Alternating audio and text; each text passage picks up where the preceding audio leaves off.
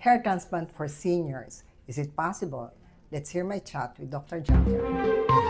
Morning! Hi! I'm Dr. Arambulo, and with me is... Hi, I'm Doc Jaja. Thank you for bringing your father here for this procedure. Trust with the expertise. Talaga. And we're now at the Medical City Wellness Aesthetic Center. I'm here, not dun sa center sa Shangri-La.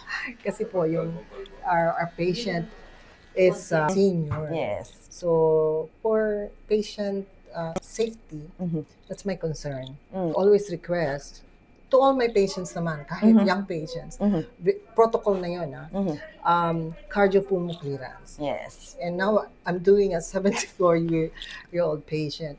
Na-clear naman siya. So we will perform the hair transplant procedure here at the Medical City Wellness and Aesthetic Center. So with us, you have a choice kung gusto mo sa center. Kasi yung hair transplant kasi is a clinic procedure lang under local anesthesia. Outpatient. So for elderly patient, we do it here. Okay. For all the protocols. Especially kung may comorbidities. Yes.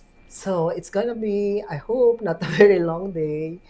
Have to wait mga 4 to 6 months using the platelet-rich plasma naman, and our observation is the growth is faster. Usually, minsan 2 months, 4 months. But, di ba, meron siyang native hair. Give me your attention.